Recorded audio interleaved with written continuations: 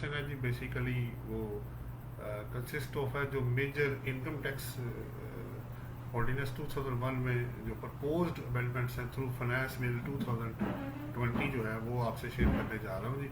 तो one by one करके मैं एक एक जो अमेंडमेंट है उस पर डिस्कशन आपके साथ करूँगा। तो जी पहला मैं पेस्ट करता हूँ जी।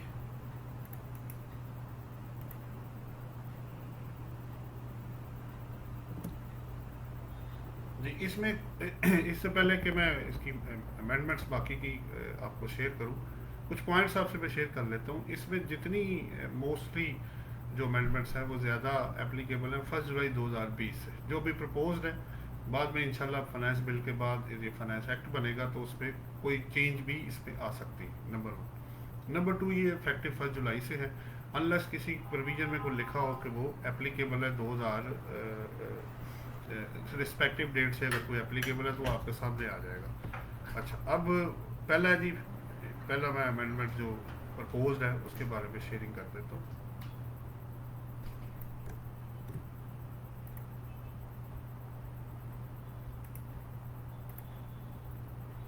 जी ये पहली अमेंडमेंट जी आपके सामने है। इसमें जो डेफिनेशन है जी सेक्शन 2 के अंदर इनकम टैक्स लॉ में कंटेन्ड है, उसमें इंडस्ट्रियल अंडरटेकिंग के अंदर for the purpose of import of plant and machinery उन्होंने बिल्डर्स और डेवलपर जो है उसको सब्जेक्ट टू ऑब्वियसली वो जो प्री कंडीशन है वो मेट करेगा तो उसको इसके अंदर इंट्रोड्यूस करवा दिया जाए। ये पहला जो है, ये आपको पता है कि इसमें आगे जाके 100D सेक्शन भी है जिसमें बिल्डर और डेवलपर को सर्टन बेनिफिट्स ऑफर किए गए हैं। ऑप्शनल है कि अगर वो उसमें आना चाहे, और फिर उसके जो टैक्सेशन का प्रोसीजर और रूल्स है उसको लीगल बैकिंग देने के लिए उसको लॉ का हिस्सा बनाया गया है। ये पहला था जी। मैं दूसरे की तरफ चलता हूँ।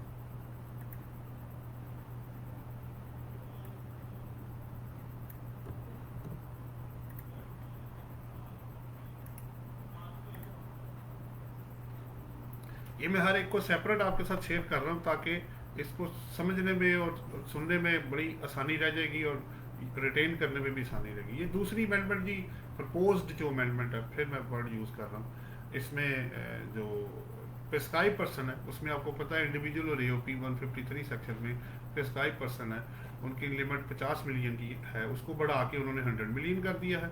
और प्लस आपको पता है कि जो सेल टैक्स में रजिस्टर्ड पर्सन है, सेल टैक्स एक्ट 1990 में वो भी प्रेस्क्राइब पर्सन बन जाता था विद होल्डिंग टैक्स पर्पज़ के लिए। तो उसमें भी उन्होंने कहा है कि जी 100 मिलियन की जो सेल की लिमिट है वो डाल दे ताकि हर बंदा जो सेल टैक्स में रजिस्टर्ड है उस पर ये अप्लाई ना हो। ये रिलीफ आपके सामने जी 2 हो गए जी। मैं अब नंबर 3 पे जा रहा हूँ।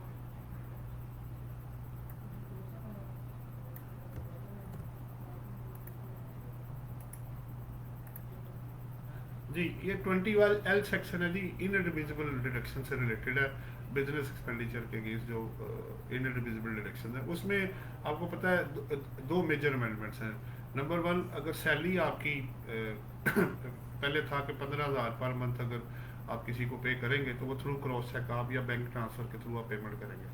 अब उन्होंने वो लिमिट बढ़ा के 15,000 से पर मंथ से बढ़ा के 25,000 कर दी है। प्लस इसके अलावा जो ऑनवर्ड जो आपका 21L के अंदर जो लिमिट थी कि जी आप सिंगल ट्रांजेक्शन 10,000 से ज़्यादा ना हो, उसको बढ़ा के 25,000 कर दिया है। और प्लस जो टोटल एक हेड ऑफ अकाउंट में था 50,000 से ज़्यादा ना, उसको बढ़ा के उन्होंने 2.5 लाख कर दिया है। ये आपकी 3 अमेंडमेंट थी। अब मैं चौथी प्रपोज अमेंडमेंट की तरफ जा रहा हूँ।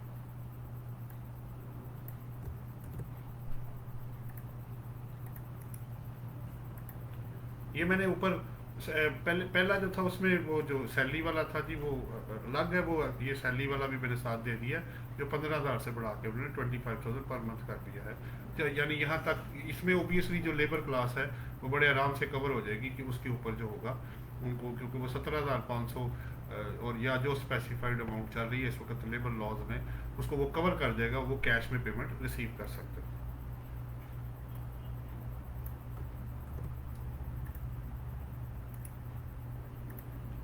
जी ये 5th अमेंडमेंट है जी, प्रपोज अमेंडमेंट आपके सामने है। एक कंपनी जो रजिस्टर्ड होगी SCCP के साथ 15 नवंबर 2019 से आफ्टर के बाद में जो होगी और वो उसके पास अपना ओन पाकिस्तानी फ्लैग होगा, फ्लैग सी के थ्रू जो ओबियसली जो चीज़ें जानी है उसमें उन्होंने ये कहा कि वो अपनी फिक्स टनेज बेस पे हमें जो है इनकम टैक्स पे कर दे, और ऑब्वियसली फिक्स्ड है तो फिर पर टनेज पे कर दे, और वो उसका फाइनल हो जाएगा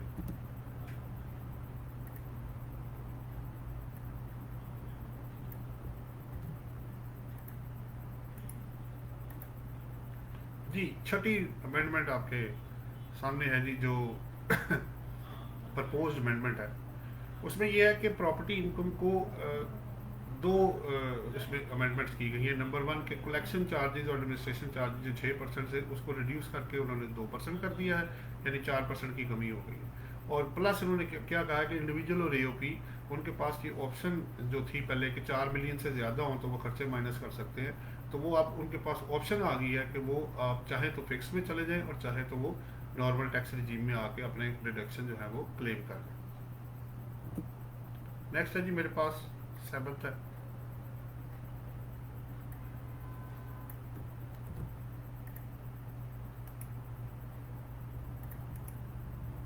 ये 7th मैंने पहले ही कवर कर दिया जी कि वो जो 4 मिलियन की लिमिट है उसको ख़त्म करके ऑप्शन जो थी इसे वो उसको विदाउट लिमिट के ऑप्शन दे दी गई है। 8th पे जा रहा हूँ जी।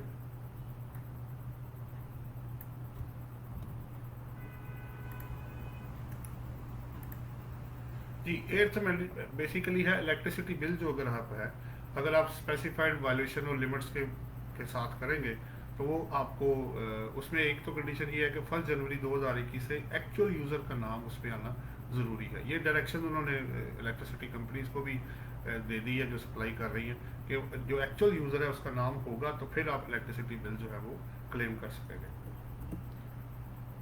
9th अमेंडमेंट्स की तरफ, प्रपोज अमेंडमेंट की तरफ जब मैं जा रहा हूँ,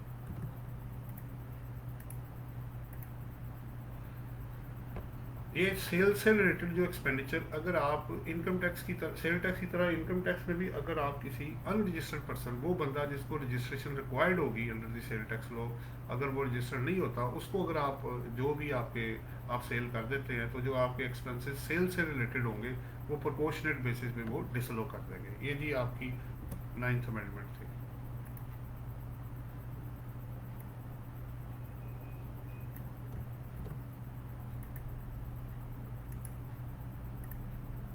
जी ये 10th अमेंडमेंट है जी, ये डेप्रिसिएशन से रिलेटेड है, सेक्शन 22 से रिलेटेड है। इसमें क्या हो रहा है कि उन्होंने ये कहा है, पहले ये हो रहा था कि जिस साल में आप एसेट एक्वायर करते थे डेप्रिसिएबल एसेट, तो उस पर आपको फुल ईयर डेप्शन मिलती थी, और जिस साल में आप डिस्पोजल करते थे तो डेप्शन उस साल में चार्ज नहीं होती थी। अब प्रपोजल ये है कि जिस साल में आप एक्वायर करेंगे 50% डेप्शन उसमें अलो की जाए, लिमिट लग गई है, और जिस साल में डिस्पोजल करें उस साल में भी 50% ऑप्शन अलो कर दीजिए। अब डिस्पोजल में तो आई डोंट थिंक सो कोई इशू है, क्योंकि डिस्पोजल अगर आप विदाउट डेप्शन भी करते हैं तो डब्ल्यूडी भी बढ़ जाएगी आपका, तो वो डेप्शन दें या ना दें उसका आपके जो एक्चुअल टैक्सेबल प्रॉफिट होगा उस पर कोई इम्पैक्ट नहीं आता है जी। ये आगे चलता हूँ जी मैं 11th अपडेट की तरफ।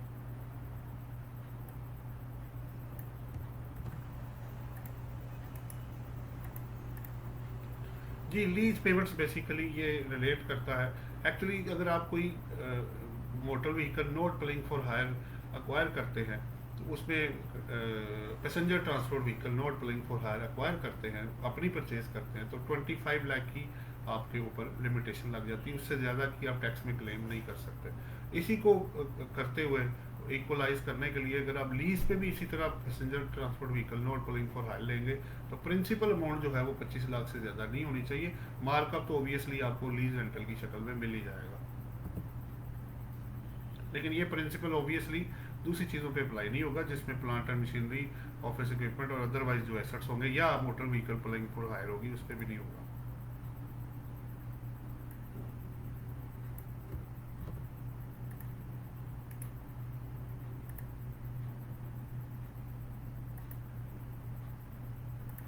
जी कैपिटल गेन जी, इसमें बेसिकली दो अमेंडमेंट्स की गई हैं। पहली बात तो ये है कि जो इमूवेबल और प्लॉट का आपस में जो फ़र्क उन्होंने किया था कि कंस्ट्रक्टेड प्रॉपर्टी को अलग टैक्स करे और प्लॉट को अलग टैक्स करे, उनको मर्ज करके सिर्फ वापस फिर इमूवेबल प्रॉपर्टी को लाया गया है, और पीरियड को जो है वो 4 साल कर दिया है दोनों के लिए। तो 4 साल के बाद अगर आप बेचेंगे तो 0% होगा, नंबर 1। नंबर 2 जो प्रपोज अमेंडमेंट है वो ये है कि इसके जो रेट्स ऑफ टैक्स है वो भी 50% से कम कर दिए गए हैं, जो कि टैक्स ये 2020 पे एप्लीकेबल थे। तो आगे जो होगा, जैसे मैंने बताया, ये जो अमेंडमेंट्स हैं ये 1 जुलाई 2020 से एप्लीकेबल है, जो टैक्स ईयर 2021 बनेगा, unless otherwise specified in the respective कोई जो प्रपोज अमेंडमेंट है।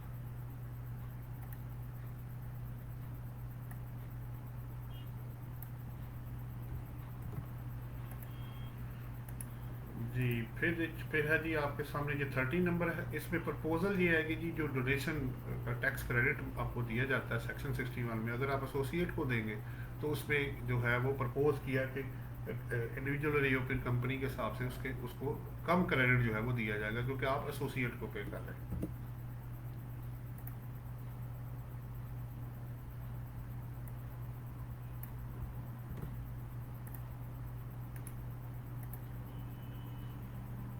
जी, ये एनलिस्टमेंट अगर आप करवाते हैं तो उसका जो पीरियड है बेसिकली उसको कंपनी जो कि ऑप्ट करेंगी एनलिस्टमेंट 30 जून 2022 तक, उन्होंने कहा है ऑन और बिफोर 30 जून 22 तक जो एनलिस्टेड होंगे उनके लिए ये क्रेडिट जो है वो अवेलेबल होगा। आगे चलता हूँ जी मैं।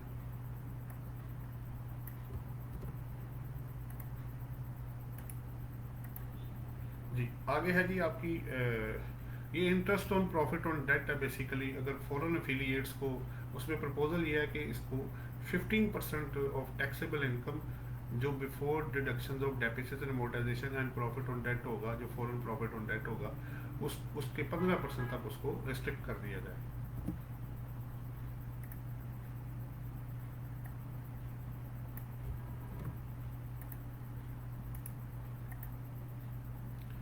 ये permanent establishment of a non resident जो होगा उसको उन्होंने 113 सेक्शन यानी मिनिमम टैक्स पे डाल दिया, जो कि करंटली सिर्फ रेजिडेंट कंपनीज और एओपीज पे एप्लीकेबल था।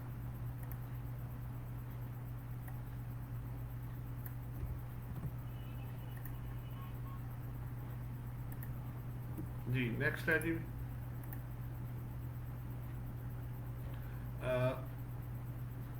अब किया उन्होंने ये है कि जी 114 सेक्शन ऐड किया है, जिसमें प्रोफाइल एग्जिस्टिंग टैक्स पेयर्स और जो लोग 30 सितंबर 2020 से पहले रजिस्टर्ड होंगे उनको 31 दिसंबर 2020 तक अपडेटेड जो प्रोफाइल है वो उन्होंने एफबीआर को सबमिट करना है, नंबर 1। नंबर 2 ये है कि जो अदरवाइज लोग होंगे इनके अलावा, उनको उन्होंने कहा जब आप रजिस्टर्ड होंगे तो 90 डेज के अंदर आप प्रोफाइल को रजिस्टर्ड करके प्रोफाइल को प्रोवाइड करेंगे। अगर आप ये नहीं करेंगे तो ओबियसली उन्होंने कहा कि फिर ये एटीएल की लिस्ट से बाहर हो जाएंगे। लेकिन लेट अगर कोई बंदा आता है तो उसकी वो सरचार्ज पे करके वो इसके अंदर आ सकता है।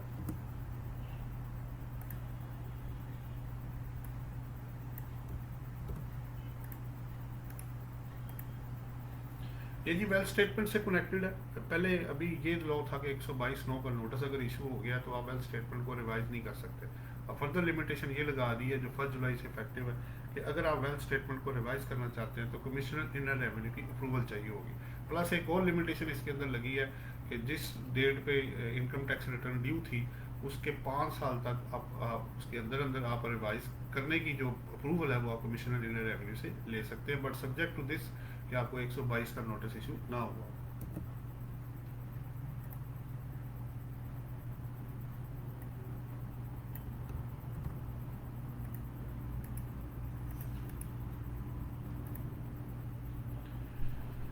ये जी सेल्फ असेसमेंट आपको पता है 120 सेक्शन अवेलेबल है। उसके अंदर उन्होंने ये क्या कि अब ऑटोमेटेड जो सिस्टम होगा वो आपकी जो टैक्सेबल इनकम, टोटल इनकम और टैक्स लायबिलिटी को जो है वो कैलकुलेट करेगा। उसमें अगर कोई इशू होगा तो आपको एक नोटिस इशू किया जाएगा जिसका आप जवाब देंगे। अगर नहीं देंगे तो वो ऑटोमेटेड जो आपका वो अमेंडमेंट इन असेसमेंट हो जाएगी, जो कि आप उसके अगेंस्ट अपील फाइल कर सकते हैं।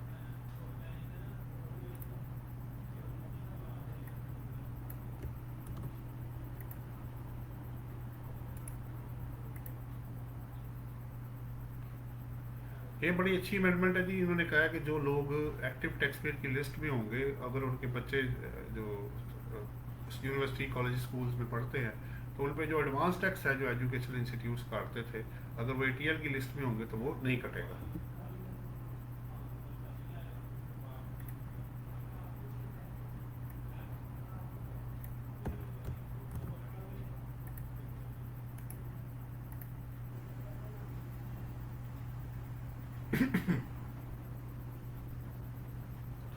नेक्स्ट है जी हमारे पास अब एक नया जी एक कॉन्सेप्ट आया है। ये एक इन्होंने असेसमेंट ओवरसाइट कमेटी को बना रहे हैं, जिसमें अगर आपको 122(9) का नोटिस इशू हुआ है तो आप उस कमेटी को अप्लाई करके रिक्वेस्ट आप फाइल करेंगे कि जी मुझे आप इसमें सेटलमेंट, मेरे पास बजाय असेसमेंट करने के तो मेरे साथ सेटलमेंट कर ली जाए। ओबियसली वो डॉक्यूमेंट्स और प्रेजेंटेशन सारी होगी, तो आप उसके थ्रू भी अपनी जो असेसमेंट है वो करवा सकते हैं।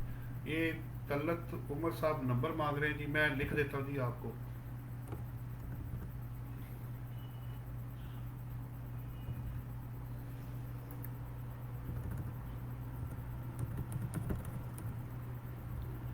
जी ये नंबर मैंने तलत साहब आपको भेज दिया है अपना। आगे चलता हूँ जी मैं।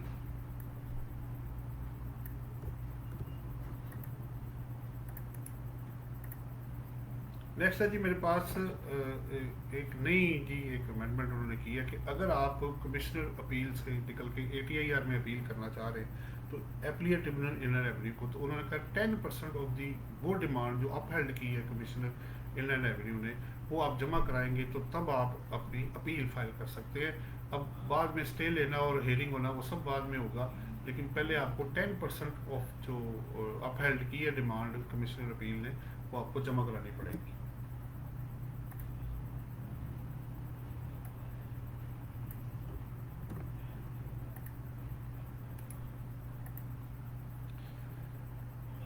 जी ये बेसिकली इंपोर्ट में ये हुआ है कि उन्होंने लोगों की रिक्वेस्ट पे इंपोर्ट को 3 हिस्सों में डिवाइड कर दिया। अगर आप इंपोर्टर हैं, इरिस्पेक्टिव कि आप मैन्युफैक्चरर हैं या आप कमर्शियल इंपोर्टर हैं, तो पार्ट 1 में जो फॉल करेगा 1% विद होल्डिंग टैक्स कटवाएगा, वो जो कि उसमें कैपिटल आइटम्स है। पार्ट 2 के अंदर रॉ मटेरियल है जो 2% पे होगा, और अगर आप दोनों में ना आए तो पार्ट 3 के अंदर 5.5% होगा। ये इसके अंदर बेसिकली उन्होंने जो है, प्लस इसमें ये है कि जो इंडस्ट्रियल अंडरटेकिंग होगी उसके लिए ये जो है वो एडजस्टेबल टैक्स होगा, वो तो खैर है ही उस तक।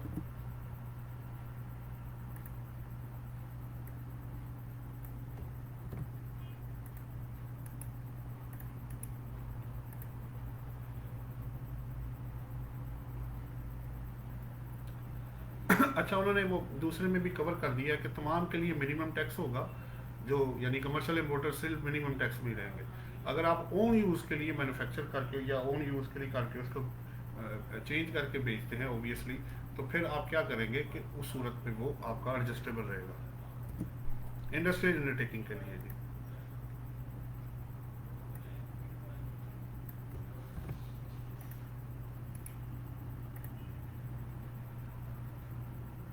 जी ये बेसिकली 152 में ये उन्होंने किया है कि वो पीई जो permanent establishment of a non resident है, उसके sale of goods, rendering of service और कॉन्ट्रैक्ट्स को रेजिडेंट के बराबर रेट्स कर दी हैं। प्लस उन्होंने ये कहा कि जो 3% स्पेसिफाइड सर्विस सेक्टर पे 3% रिड्यूस रेट है, वो इनको भी उसी तरह ही दिया जाएगा। तो ये एक अच्छी अमेंडमेंट है, प्रपोज है जी। अब आगे देखते हैं जब एक्ट बनेगा तो क्या होता है।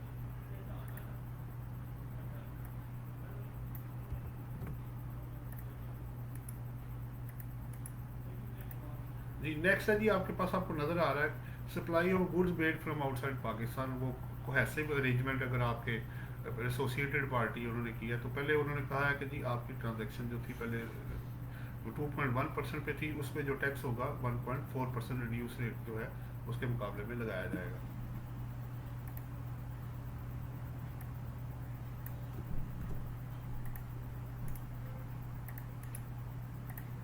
जी 27 नंबर है जी टूल मैन्युफैक्चरिंग। आपको पता है सेल टैक्स में इशू चलता है, तो उसको चूँकि मैन्युफैक्चरिंग को ट्रीट कर रहे हैं, तो वो कह रहे हैं जी टूल मैन्युफैक्चरिंग को गुड्स की तरह जो रेट होगा वो ट्रीट किया जाएगा जी।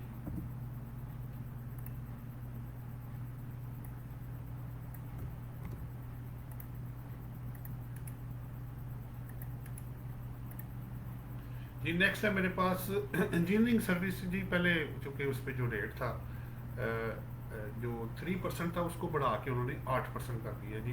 जो आपको पता है 153 में रिड्यूस रेट चलते हैं फर्स्ट शेड्यूल के अंदर।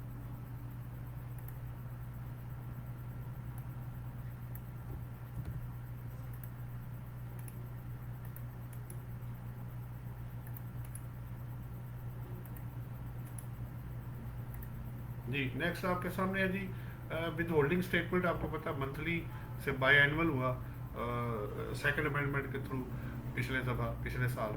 अब उसको उन्होंने फर्दर क्या किया, अगले साल से उन्होंने क्वार्टरली बेस पे इसको जो है वो शिफ्ट कर दिया है कि क्वार्टरली बेस पे अब आप यानी हर 3 माह बाद आप फाइल करेंगे। प्लस इसके अंदर जो डेट्स हैं हर क्वार्टर के एंड के 20 तारीख में, जैसे अगर सितंबर क्वार्टर है जुलाई से सितंबर, तो अक्टूबर की 20 को, फिर दिसंबर वाला जो क्वार्टर होगा जनवरी 20, इसी तरह आगे जाके जो मार्च वाला है अप्रैल 20 और जून वाला जुलाई 20 तक आपने नेक्स्ट जो होगा उसको क्वार्टरली स्टेटमेंट को जमा करवाना है।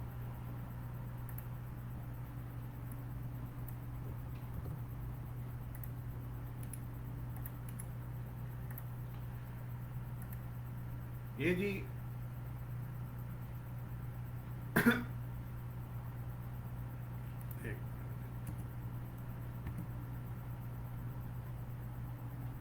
ये नेक्स्ट आ गया जी मेरे पास 30 नंबर पॉइंट है जी, इसमें आपके सामने है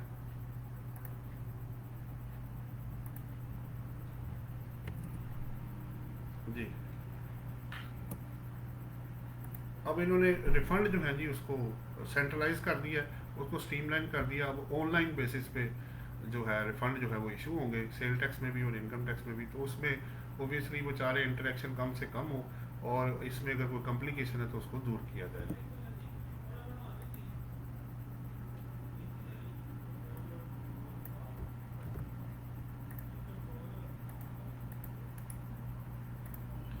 ये बड़ा इंपॉर्टेंट है जी, ये भी इशू रिजॉल्व हो गया 31 नंबर जो पॉइंट है। हज जो ऑपरेटर्स थे जो विद होल्डिंग टैक्स से नॉन रेजिडेंट्स को पेमेंट्स करते थे हज के केस, तो उसको उन्होंने विद होल्डिंग टैक्स को ख़त्म कर दिया जी।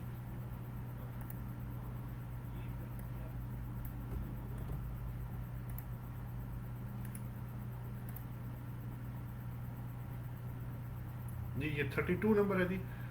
FPR के पास रियल टाइम एक्सेस आ गई है जी। वैसे तो इंफॉर्मेशन डिपार्टमेंट उसको पास ऑन करते रहेंगे जब तक उनको है। रियल टाइम एक्सेस डेटा में उन्होंने ले ली है, चाहे वो नादरा है, FI है या प्रोविंशियल जो एक्साइज के डिपार्टमेंट्स है, सबसे उन्होंने जो रियल टाइम एक्सेस है वो लॉ में उन्होंने प्रपोज कर दी है, दे दे जी इंफॉर्मेशन, ताकि असिस्टेंस प्रोवाइड हो किसी के बारे में इंफॉर्मेशन लेने के लिए।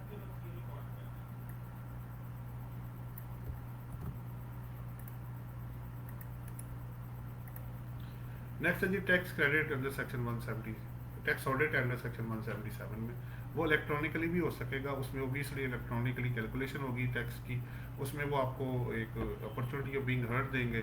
अगर वो अमेंडमेंट कर भी देते हैं तो आपके पास राइट ऑफ अपील इसमें अवेलेबल होगा।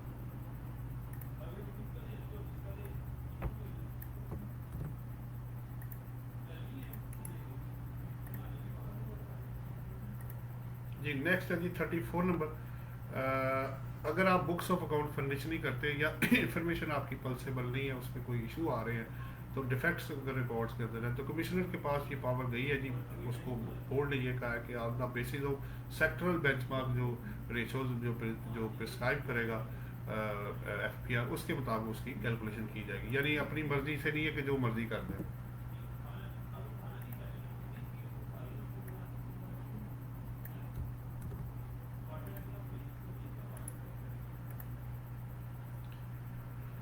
ये सेल ऑफ ऑक्शन जो है जी, ऑक्शन सेल पे आपको पता है एडवांस टैक्स है। एक तो उन्होंने कहा अगर कलेक्शन मंथली आएगी या जिस बेसिस पे होगी तो टैक्स भी उसी हिसाब से होगा। दूसरा जो रिन्यूअल फ़ी थी उसको भी ऑक्शन की जो अमाउंट है जो आपको रिसीव होती है उसके अंदर उन्होंने डाल दिया जी। ये आपके 35 था जी, 36 नंबर पे।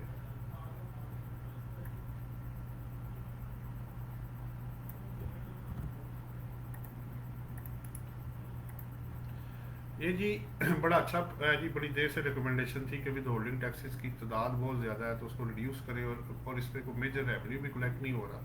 तो अब प्रपोजल ये है कि ये 9 डिफरेंट सेक्शन हैं जिसके अंदर जो विद होल्डिंग टैक्स है, जिसमें आप देख सकते हैं local purchase of cooking oil vegetable की है। इस तरह करते करते आप एंड में एडवांस टैक्स ऑन टोबैको है, इंश्योरेंस है, एजुकेशनल वाले इंस्टीट्यूट वो जो रिलेटेड एक्सपेंसेस आउटसाइड पाकिस्तान है, डीलर्स और कमीशन है, और केबल ऑपरेटर्स हैं, फंक्शन एंड गैदरिंग है, स्टील मेल्टर्स वाले हैं, और balance under pension fund withdrawal वाला है। ये सारे उन्होंने विद होल्डिंग टैक्सेस इसमें से ख़त्म कर दिए हैं। ये 9 हैं जी डिफरेंट सेक्शंस जिसके थ्रू विद होल्डिंग टैक्स को ख़त्म किया गया है।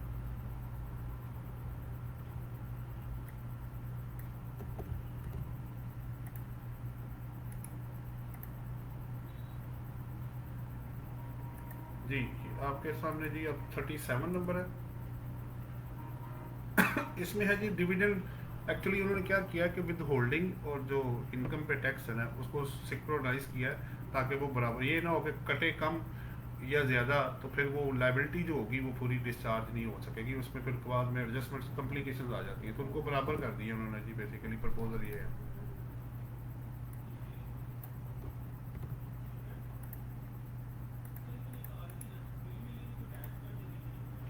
ये आगे है जी सेक्शन क्लॉज 61 है जी, सेकंड शेड्यूल पार्ट 1 का, जिसमें डोनेशन अगर आप वो देते हैं उसको अप्रूव्ड जो एनपीओज और जो ट्रस्ट और वेलफेयर इंस्टीट्यूट है, उनके 2 टेबल उन्होंने बना दिए जिसके अंदर उन्होंने ये कहा है कि अब आपको 100C की जो रिक्वायरमेंट है उसको पूरा करना पड़ेगा, और यानी मजीद ये इसको चेक एंड बैलेंसेज इनके अंदर लेकर आ रहे हैं जी। ऑटोमेटिक नहीं होगी इसके अंदर एग्जाम्पशन, उनको लेने के लिए 100C का सर्टिफिकेट लेना पड़ेगा दूसरे ऑर्गेनाइजेशंस की तरह।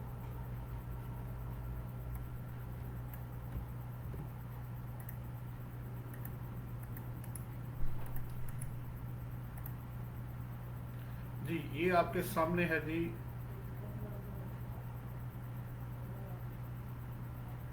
ये 4% जी जो वो फिनिश्ड फार्मास्यूटिकल प्रोडक्ट्स जो पाकिस्तान में मैन्युफैक्चर नहीं होती, उस पर drug regulatory authority of Pakistan ने 4% जो है उसके अंदर जो इम्पोर्ट के ऊपर जो टैक्स है उन्होंने प्रपोज कर दिया है जी।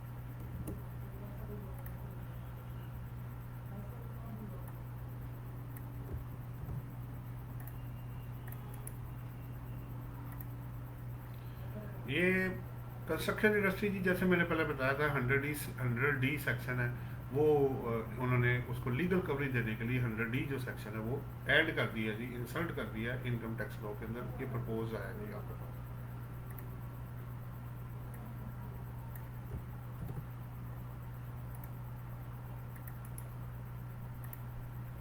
ये जी 158 सेक्शन है, उसके अंदर सुकुक होल्डर अगर है, अगर कंपनी है तो रेट ऑफ टैक्स जो डिडक्ट है उन्होंने 15% से बढ़ा के उसको 25% जो है इन्वेस्टमेंट और रिटर्न जो सुकुक सर्टिफिकेट से होगा उसको कर दिया है।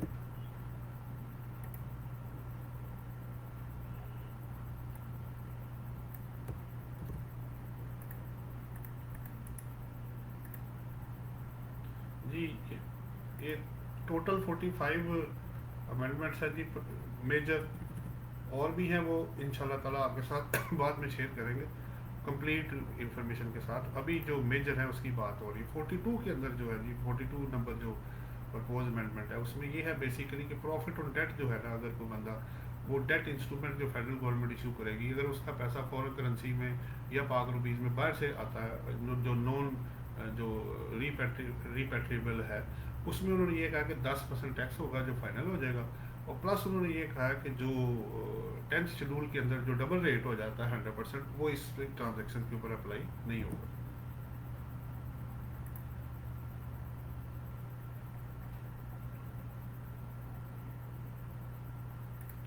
ये 42 हो गया जी, 43 है जी।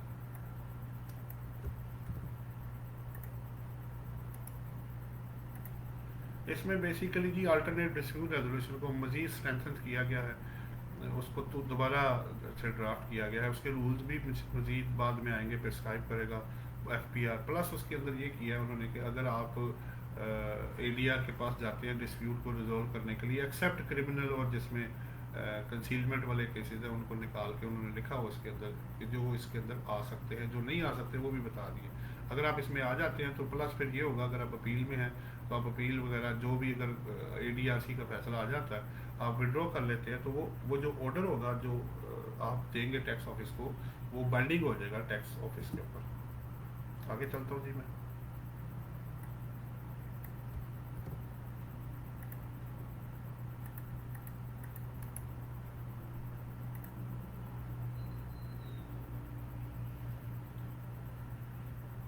जी ये नॉन रेजिडेंट्स को कुछ थोड़ा रिलीफ देना चाह रहे हैं, ये सेकंड लास्ट जो आपके सामने अभी अमेंडमेंट आपके सामने आ रही है, मैं उसकी ज़रा करेक्शन पहले कर दूँ नंबर की। इसमें अगर आप नॉन रेजिडेंट को डिविडेंड पे करेंगे तो उस पर 10th शेड्यूल जो होगा वो अप्लाई नहीं होगा। बेसिकली ये इससे रिलेटेड था जी। एक मिनट जी, मैं इसकी करेक्शन कर दूँ जी नंबर की, तो मैं आखिरी वाला आपके साथ शेयर कर देता हूँ।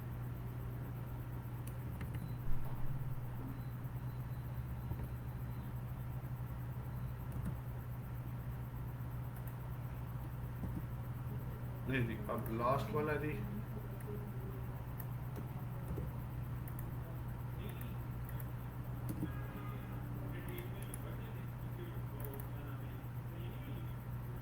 ये जी लास्ट वाली है जी फिलहाल आज की जो प्रपोज्ड अमेंडमेंट है, उसमें उन्होंने ये किया कि एग्जैक्टली सेकंड हाउस अमेंडमेंट की तरह इसके अंदर भी पेमेंट्स टू नॉन रेजिडेंट्स, अगर आप रॉयल्टी या फी फॉर टेक्निकल सर्विसेज और इंश्योरेंस और अदर जो जनरल पेमेंट्स आप करेंगे, तो उन पे भी 10 शेड्यूल जो होगा जिसमें रेट डबल हो जाता है वो अप्लाई नहीं होगा। लास्ट में जी हम लोग जो अपने टैक्सेस का कोर्स है उसके बारे में आपसे बात करते हैं, आपको पता है।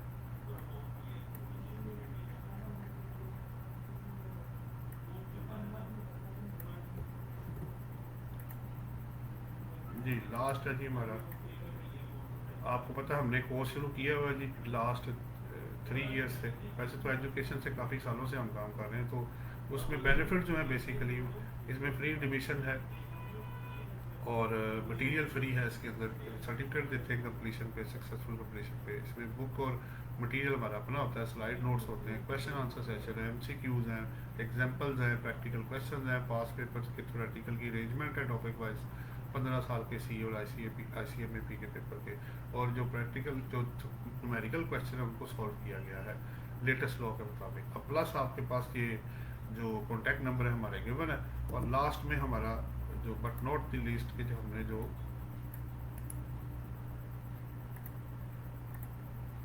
अपना चैनल बनाया हुआ जी यूट्यूब पे, उसको आप सब्सक्राइब कर देंगे तो जितनी वीडियोस आपकी अपलोड होंगी वो ऑटोमेटिक आपके पास आ जाएगी। तो कोशिश की है जी आज के दिन में पर्पस था इनकम टैक्स की मेजर अमेंडमेंट्स आपके साथ शेयर करना। इंशाल्लाह ताला नेक्स्ट में हम कोशिश करेंगे कि सेल टैक्स और जो FED है उसको भी एक ही गो में आपके साथ जो कि जो मेजर अमेंडमेंट्स हैं वो शेयर करें। अब मुझे इजाज़त दें, थैंक यू वेरी मच जी, अल्लाह हाफ़िज़।